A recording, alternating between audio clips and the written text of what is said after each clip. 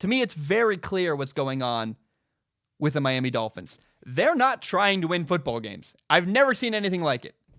They're tanking, which is something, again, I did not believe NFL teams actually tanked. You heard rumors all the preseason, the Dolphins are tanking and they're not trying to win.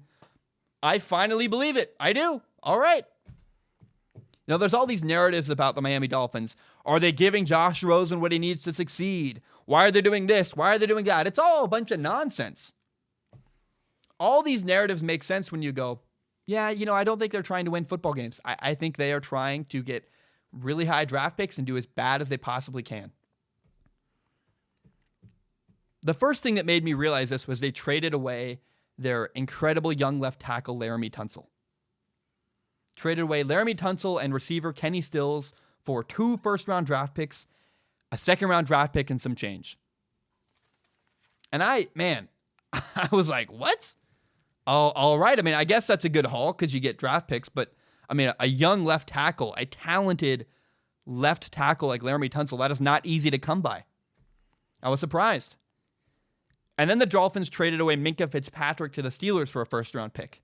Now, I get it. Minkah Fitzpatrick wanted out, but another first-round pick. So now, in totality, in the 2020 NFL Draft, the Dolphins have 3 picks in the first round and 2 picks in the second round.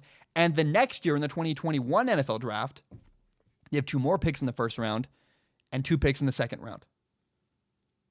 It's bizarre. Now, what they're doing to me, they're dismantling a team. I don't know if it's a great team, but they're just definitely removing parts of their team and dismantling it to bring in a bunch of draft picks. That's what they're doing. They want draft picks. And I guess, look, if you're trying to bring in a bunch of young talent, this is the way to do it. Although I would also argue you got rid of young talent to bring in but more potential talent. It's weird. I don't fully... It's very bizarre. A young left tackle makes a big impact. Minkah Fitzpatrick, not so much.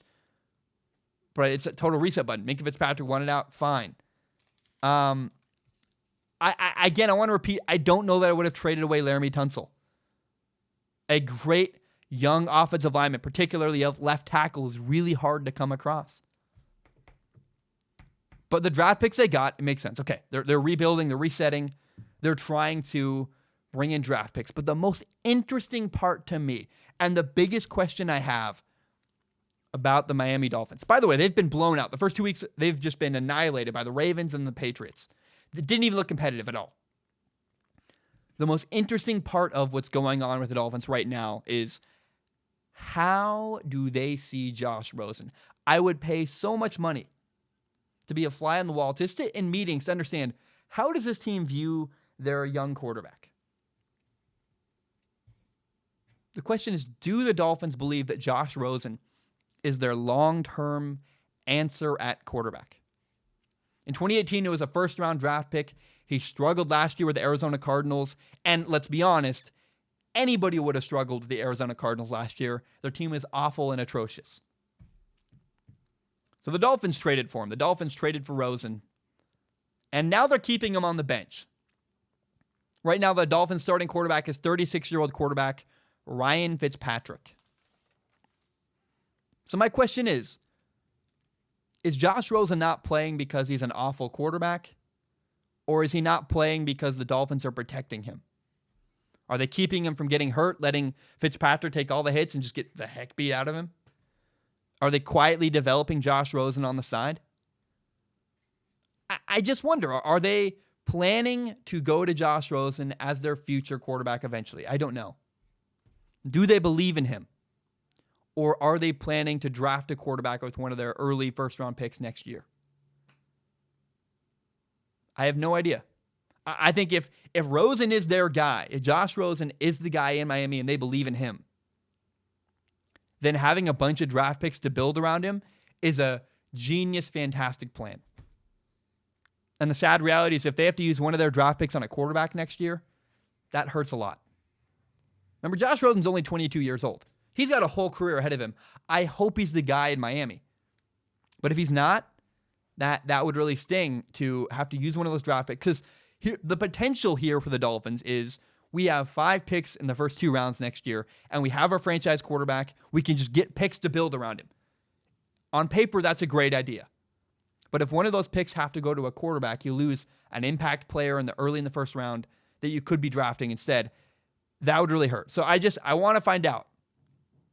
Do the Dolphins believe in Josh Rosen as their quarterback long-term or not? We won't know for a long time, but I cannot wait to find out. Either way, to me, though, it's very, very clear.